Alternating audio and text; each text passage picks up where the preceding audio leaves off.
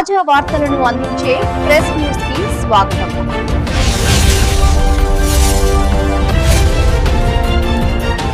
ముందుగా హెడ్లైన్స్.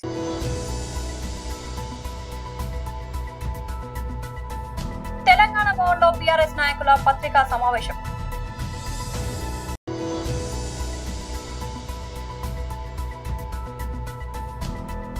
కేంద్ర మంత్రి శ్రీ జి కిషన్ రెడ్డి గారి పత్రికా ప్రకటన.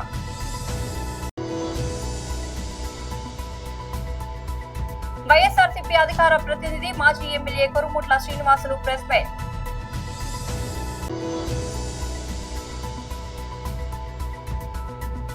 తెలంగాణలో 3 రోజుల పాటు మోస్తారు వర్షాలు. తెలంగాణ భవన్లో బీఆర్ఎస్ నాయకుల పత్రికా సమావేశం వస్తా ఉన్నది. మొదటి నుంచి కూడా చూస్తూ ఉంటే ఎక్కడ భూములు కాజేయాలా, భూములపైన ఎలా కన్ను వేయాలనే దానిపైనే ప్రత్యేకమైన దృష్టి పెడుతూ ముందుకు వస్తూ ఉన్నది. మరి రోజు చూస్తూ ఉన్న మూసీలో ఉన్నటువంటి మరి ఫేజ్ 1 ద్వారానే దగ్గర 3000 ఎకరాలని సేకరించాలన్నటువంటి ఒక ప్రయత్నం చేస్తూ ఉన్నది. మొన్న జరిగినటువంటి హైదరాబాద్ నగర్లో సెంట్రల్ యూనివర్సిటీలో అక్కడ ఉన్నటువంటి వారి స్థలం పైన కన్నేసి అది కాజేయాలని ప్రయత్నం చేసింది. అదేవిధంగా హిల్ట్ ద్వారా మరి గత ప్రభుత్వాలు ఎన్నో సబ్సిడీ కింద ఇచ్చినటువంటి ఒక భూములని పారిశ్రామిక రంగాన్ని అభివృద్ధి చేయడానికి, తద్వారా మరి ఎంప్లాయ్మెంట్ పెంచడానికి చేసేటువంటి ప్రయత్నంలో భావించిన భూములని వాటిని ఏ రకంగా కాజేయాలని హిల్ట్ పాలసీ ఒకటి తీసుకొచ్చింది. మళ్ళీ ఈ మధ్యలో చూస్తూ ఉన్నాం టీడీఆర్, ఏ రకంగా టీడీఆర్ని కొల్లగొట్టి ఏ రకంగా టీడీఆర్ ద్వారా వ్యాపారం చేస్తూ ఉన్నారు. అంటే మొదటి నుంచి కూడా 2.5 సంవత్సరాలను చూస్తూ ఉంటే రియల్ ఎస్టేట్ దందాకి టాప్ ప్రయారిటీ ఇస్తూ ప్రభుత్వ ఆస్తులన్నీ కూడా తన అనుయాయులకి కట్టబెడుతూ తన సొంతంగా ఆస్తులు పెంచుకోవడానికి చేస్తున్న ప్రయత్నంగా కనపడతా ఉన్నది. ఇదే ఒక మెట్రో విషయంలో కూడా ఎల్ఎన్టీ మెట్రో అయితే 2010లో అప్పుడున్నటువంటి ప్రభుత్వం చేసుకున్నటువంటి ఒక అవగాహన ప్రకారం అప్పుడున్నటువంటి ప్రభుత్వం చేసుకున్నటువంటి అగ్రిమెంట్ ప్రకారం మరి 30 సంవత్సరాల వ్యవధిలో మరి ఈ యొక్క ప్రాజెక్టు గురించి మరి ఒక అగ్రిమెంట్ చేసుకుని ముందు పోయిన సంగతి. అది కూడా నగరంలో ప్రధానంగా ఉన్నటువంటి దగ్గర 250 ఎకరాల ఒక విలువైనటువంటి కమర్షియల్ భూములు ఇవన్నీ కూడా కమర్షియల్ ప్రాపర్టీస్. ఈ 250 ఎకరాలన్నీ కూడా స్ట్రాటజిక్గా సెంట్రల్ లొకేటెడ్ ప్రైమ్ లొకేషన్స్ ఉన్నటువంటి ప్రాపర్టీస్ ఇవన్నీ కూడా కమర్షియల్ అంటే రీటైలింగ్. ఇవన్నీ కూడా మనకి గుడ్లు పెట్టి బంగారు గుడ్లు పెట్టేటువంటి బాధ లాంటి ప్రాపర్టీస్ ఇవన్నీ కూడా. ఈ 250 ఎకరాలను కూడా మరి కాజేయాలని చెప్పి తన సొంత కుటుంబ ఆస్తిని పెంచుకోవాలని చెప్పి తన అనుయాయులకు కట్టబెట్టాలని చెప్పి చేస్తున్న ప్రయత్నమే కనపడుతుంది తప్ప అక్కడ ఎల్ఎన్టీని స్వాధీనం చేసుకోవడంలో ఎల్ఎన్టీని మేము స్వాధీనం చేసుకుంటాం, రాష్ట్ర ప్రభుత్వం స్వాధీనం చేసుకుంటాం, ఎల్ఎన్టీ వారు మరి ముందుకు సాగుతలేరు, ఎల్ఎన్టీతో ముందుకు పోతే కేంద్రం అనుమతులు ఇస్తలేదని చెప్పేసి ఒక పచ్చి అబద్ధాన్ని తప్పుడు ప్రచారాన్ని ముఖ్యమంత్రి గారు పదే చేసి ఎల్ఎన్టీ అధికారులను కానొక సమయంలో మిమ్మల్ని జైలు పంపిస్తాం, మిమ్మల్ని లోపలేస్తామని చెప్పి బెదిరించిన సంగతి కూడా బాహాటంగా ఓపెన్ మీడియా పరంగా బెదిరించిన సంగతి చూశాం మనం. కేంద్ర మంత్రి శ్రీ జి కిషన్ రెడ్డి గారి పత్రికా ప్రకటన. మిత్రులందరికీ నమస్కారం. తెలంగాణ ముఖ్యమంత్రి శ్రీ రేవంత్ రెడ్డి గారు కాంగ్రెస్ పార్టీ ఎన్నికల ప్రచారానికి కేరళ రాష్ట్రానికి వెళ్ళారు. మాకు ఏ రకమైనటువంటి అభ్యంతరం లేదు. వాళ్ళ పార్టీ కోసం ఏ రాష్ట్రానికైనా వెళ్ళవచ్చు. కానీ ఆయన ఎన్నికల ప్రచారంలో మాట్లాడుతూ మేము 6 గ్యారెంటీలు అమలు చేశాము, కావాలంటే కేరళకు సంబంధించినటువంటి వాళ్ళు తెలంగాణ రాష్ట్రానికి వచ్చి చూడాలని చెప్పారు. మరి ఈ రకంగా పచ్చి మోసాలను, పచ్చి అబద్ధాలను అమలు చేయనటువంటి అనేక కార్యక్రమాలను అమలు చేసినట్టు ప్రచారం చేయడంలో మరి కాంగ్రెస్ పార్టీ మించినటువంటి వాళ్ళు ఎవరు లేరు. ఈ రకంగా ఇచ్చినటువంటి 6 గ్యారెంటీలు పూర్తిగా తెలంగాణ రాష్ట్రంలో వైఫల్యం చెంది విఫలం చెంది ఏ పథకం కూడా సమర్థవంతంగా అమలు చేయకుండా కేరళ రాష్ట్రానికి వెళ్ళి రండి చూడండి అని చెప్పి ధైర్యంగా చెప్పడం ఏదైతున్నదో మోసం చేయడంలో ఎంత ధైర్యం ఉందో అర్థం చేసుకోవచ్చు. నేను ఒకటే అడుగుతా ఉన్నాను, తెలంగాణలో ఉన్నటువంటి రాష్ట్రంలో ఉన్నటువంటి మహిళలందరికీ నెలకు 2,500 ఇస్తామన్నాం కదా, వాళ్ళందరిని వచ్చి కలవమంటుండా కేరళ రాష్ట్రాన్ని అడుగుతున్నాను. పెన్షన్స్ 2,000 నుంచి 4,000 చేస్తాము, దివ్యాంగులకు 3,000 నుంచి 6,000 చేస్తాము. మరి దానికోసం రమ్మంటుండా అడుగుతా ఉన్నాను. దళితులకు ప్రతి కుటుంబానికి 12 లక్షలు ఇస్తామని చెప్పారు. కాబట్టి కేరళ రాష్ట్రం నుంచి వచ్చి తెలంగాణలోని దళిత కుటుంబాలను మేము 12 లక్షలు ఇవ్వలేదు కానీ ఇచ్చినట్టు మీరు అనుకోండి అని చెప్తాడా?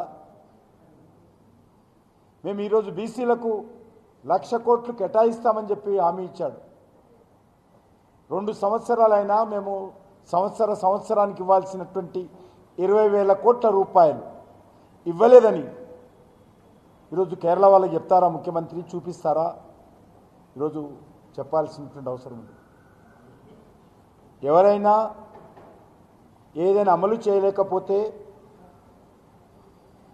మరి అమలు చేసినట్టు చూపించేటువంటి ప్రయత్నం చేయడం ఏందో ఇది మరింత మోసం. అమలు చేయకపోవడం ఒక మోసం అయితే, అమలు చేశామని చెప్పి మభ్యపెట్టడము, అబద్ధాలు మాట్లాడము, తప్పుడు ప్రచారం చేయడము అది మరింత దగా మోసం. అది వైఎస్ఆర్సీపీ అధికార ప్రతినిధి మాజీ MLA Korumutla Srinivasulu press meet. ఒక మహిళ తట్టు ఒక ఎస్సీకి సంబంధించిన సామాజిక వర్గం చెందిన ఒక మహిళ ఏదన్నా ఉంటే గతంలో ఏదో కొన్ని అలిగేషన్స్ గౌరవ అరవ శ్రీధర్ పైన, స్థానిక శాసనసభ్యుడి పైన, ఆమె పైన ఉన్నప్పటికీ అది పర్సనల్ ఎఫెక్ట్ కూడా మేము కూడా ఎక్కడ వైఎస్ఆర్సీపీ జోక్యం చేసుకోలేం. మా కాన్స్టిట్యున్సీలో రైల్వే కోర్టు కాన్స్టిట్యున్సీ తప్ప ఒక మహిళ ఇబ్బంది పడుతున్న ఉద్దేశంతోనే ఆ పైన వచ్చిన వీడియో దృశ్యాలు కానీ రకరకాల అన్ని విషయాలు కానీ మహిళా సంఘం లేచి దుమ్ముచ్చి పోస్తుంది. యాజ్ ఎ పార్టీ ఇన్ఛార్జిగా ఈ యొక్క నియోజకవర్గానికి దాదాపు 15 సంవత్సరాలు నేను ఇక్కడ ఒక ఎమ్మెల్యేగా సారథ్యం వహించాను. కాబట్టి ప్రజల తరపున, ముఖ్యంగా మహిళల తరపున నేను తీసుకోవాల్సిన బాధ్యత ఎంతైనా మా పార్టీ పైన, మా పైన ఉంది. కాబట్టి మేము అందరం కూడా మహిళా సభ్యులతో ప్లస్ పార్టీ క్యాడర్తో కూడా మేము ఆ రోజు ప్రొటెస్ట్ చేసినాం గాంధీ భవన్ దగ్గర. సో చేసి అక్కడే దాంతో మేము తర్వాత చట్టాలున్నాయి, కోర్టులున్నాయి, మీడియా ఉంది చూసుకుంటామని చెప్పేసి మేము కూడా ఎక్కడెక్కడ దాని గురించి మేము ముందుకు పోలా, అంటే దాన్ని వదిలేసాం. ఎందుకంటే చట్టం తన పని చేసుకోబోతుంది. సో నిన్న జరిగిన సంఘటన ఒక ప్రభుత్వ వాహనాలు వచ్చి శాసనసభ్యుడితో పాటు ఏదైతే ఉన్నారో తన అనుచరులు తాసింశెట్టి నాగేంద్ర కానీ తన సంబంధించిన కానీ ఒక మహిళ పైన అది పోలీసుల నుంచి లాఠీ లాక్కొని, ఈరోజు ఈనాడు చాలా స్పష్టంగా రాసినారు, ఈనాడు పేపర్లో చాలా స్పష్టంగా రాసినారు, పోలీసు నుంచి లాఠీ లాక్కొని ఆ అమ్మాయిని ఒక జంతువును కొట్టినట్టు కొట్టు, ఒక హీనాతిహీనంగా కొట్టడం అనేది నిజంగా ఎంతవరకు సబబు అనేది కూడా ఒకసారి ప్రజలు కూడా గమనించాలి. ఇప్పుడు చాలా మంది కూడా రకరకాల వ్యక్తులపైన అభియోగాలు వస్తుంటాయి. దానికి కొన్ని రూట్స్ ఉంటాయి. మీడియా ద్వారానో, లేదంటే మేధావుల సమక్షంలోనూ, పోలీస్ సమక్షంలోనూ, న్యాయ సంబంధించిన విషయంలోనూ, లేదంటే న్యాయ సంబంధించిన విషయంలోనూ రకరకాలు అన్నీ ఉంటాయి.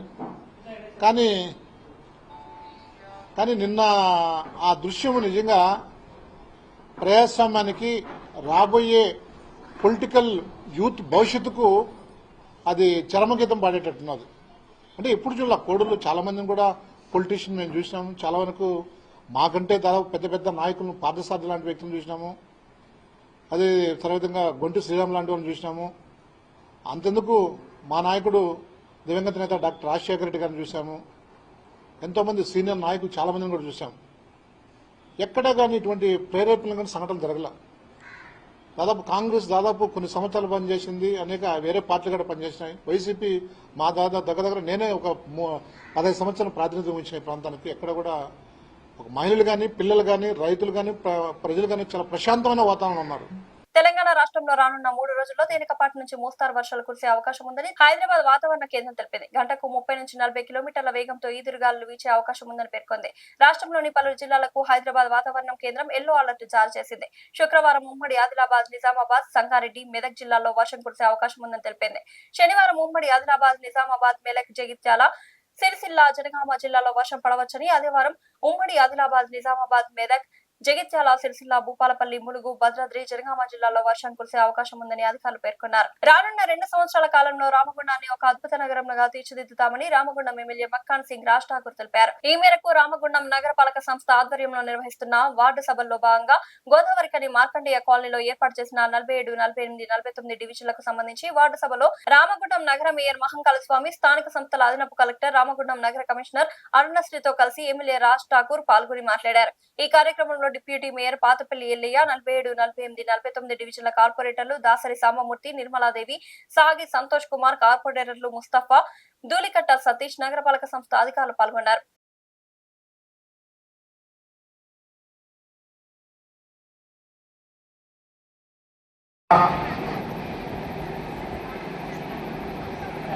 ప్రగతి ప్రణాళిక కార్యక్రమంలో భాగంగా 99 రోజులు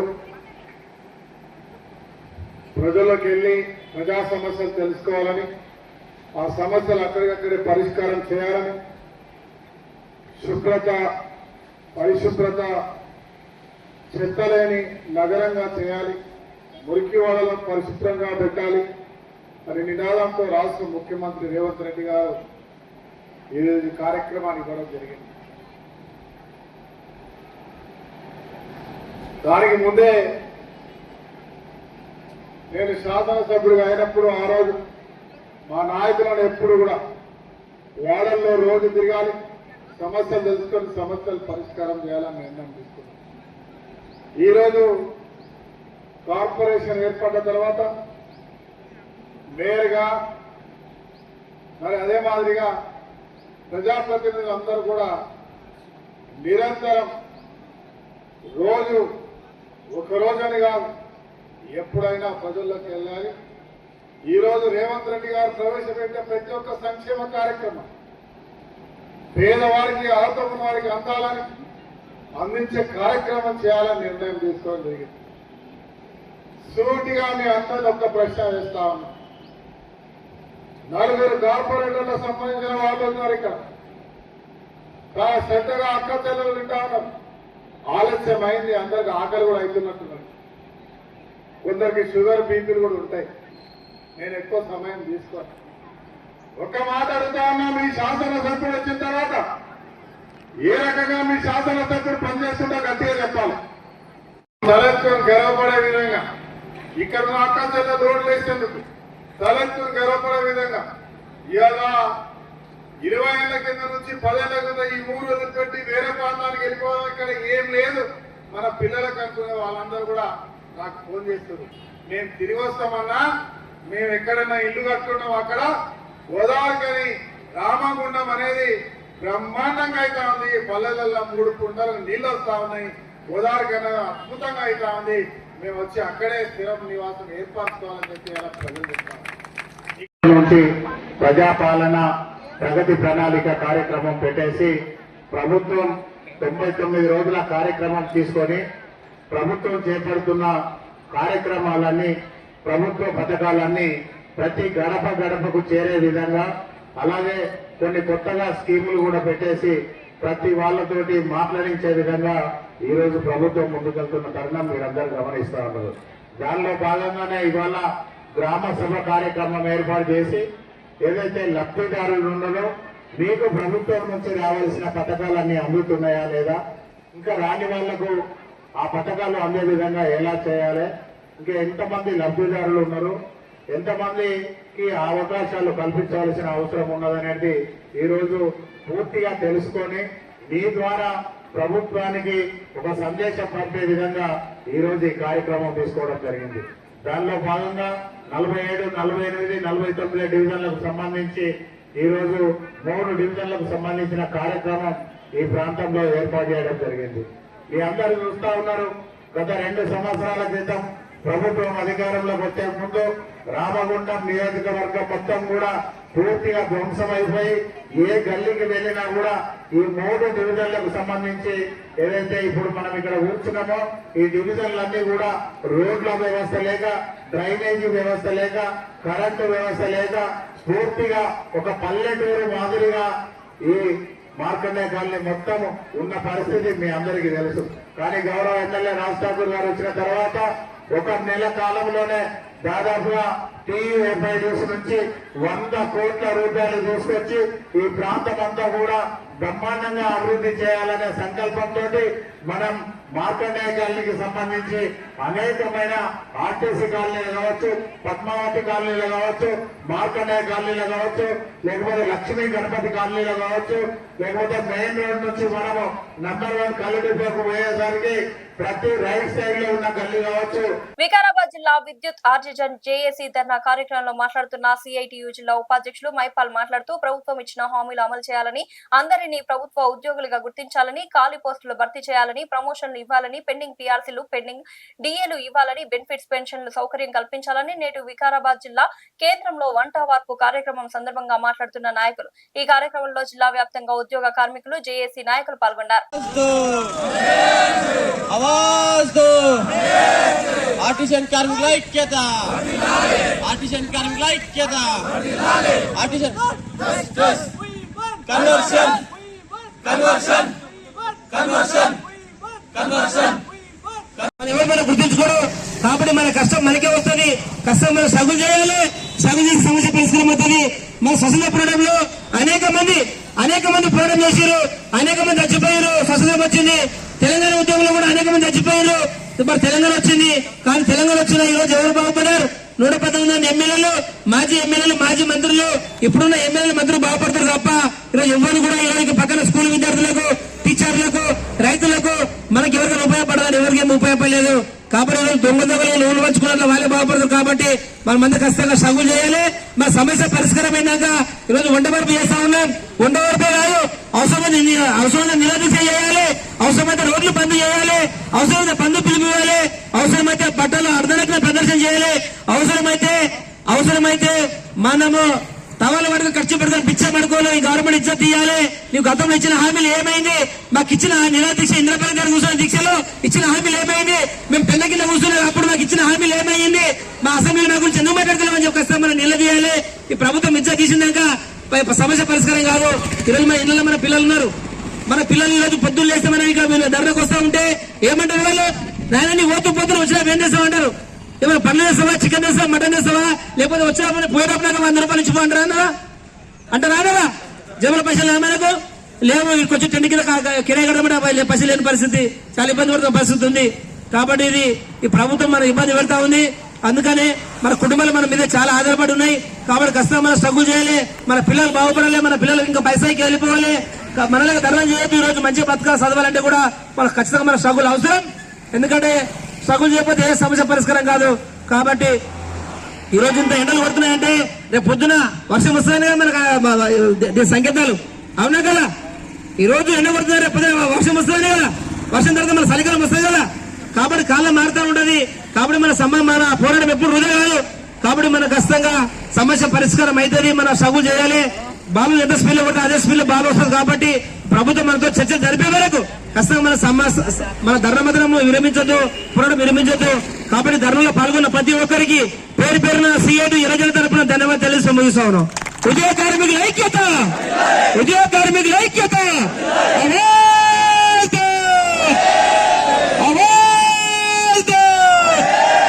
గుర్తించాలి ప్రభుత్వ ఉద్యోగులు, గుర్తించాలి ప్రభుత్వ ఉద్యోగులు, అమలు చేయాలి ప్రభుత్వం ఇచ్చిన హామీలు వెంటనే, రేపు ప్రభుత్వం ఇచ్చిన హామీలు వెంటనే అమలు చేయాలి. పరిష్కరించాలి కార్మికుల సమస్యలు వెంటనే, గుర్తించాలి ప్రభుత్వ ఉద్యోగులు, ఉద్యోగ కార్మికుల ఐక్యత. ధన్యవాదాలు. టాలీవుడ్ ప్రముఖ నిర్మాత నటుడు బండ్ల గణేష్ ఇంట పెళ్లి సందడి మొదలైంది. ఆయన కుమార్తె జనని బండ్ల త్వరలో వివాహ బంధంలోకి అడుగుపెట్టనున్నారు. ఈ శుభకార్యానికి ముందు సాంప్రదాయం ప్రకారం ఇంట్లో పసుపు కుంకుమ కార్యక్రమాన్ని అత్యంత వైభవంగా నిర్వహించారు. ఈ విషయాన్ని బండ్ల గణేష్ స్వయంగా తన ఎక్స్ ఖాతా ద్వారా వెల్లడించారు. సూర్యతేజ చిలుకూరుతో జనని వివాహం జరగనుంది.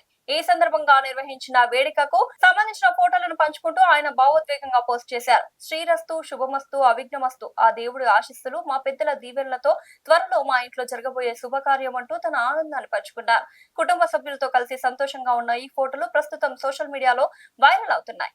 బండ్ల గణేష్ సంతోషం ఈ చిత్రాల్లో స్పష్టంగా కనిపిస్తోంది. ఈ విషయం తెలిసిన సినీ ప్రముఖులు అభిమానులు బండ్ల గణేష్ కుటుంబానికి శుభాకాంక్షలు తెలియజేస్తున్నారు. బులెటిన్ ముగించే ముందు హెడ్లైన్స్ మరోసారి. ఇది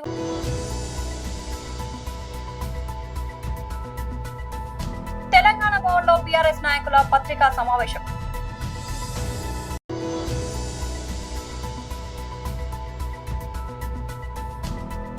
కేంద్ర మంత్రి శ్రీ జి కిషన్ రెడ్డి గారి పత్రికా ప్రకటన.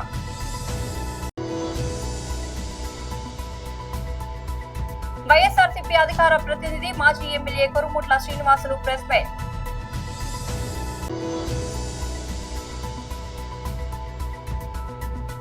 తెలంగాణలో 3 రోజుల పాటు మోస్తారు వర్షాలు. మరొక బులెటిన్ లో మళ్ళీ కలుద్దాం. అంతవరకు సెలవు. తాజా వార్తలను అందించే ప్రెస్ న్యూస్ కి స్వాగతం.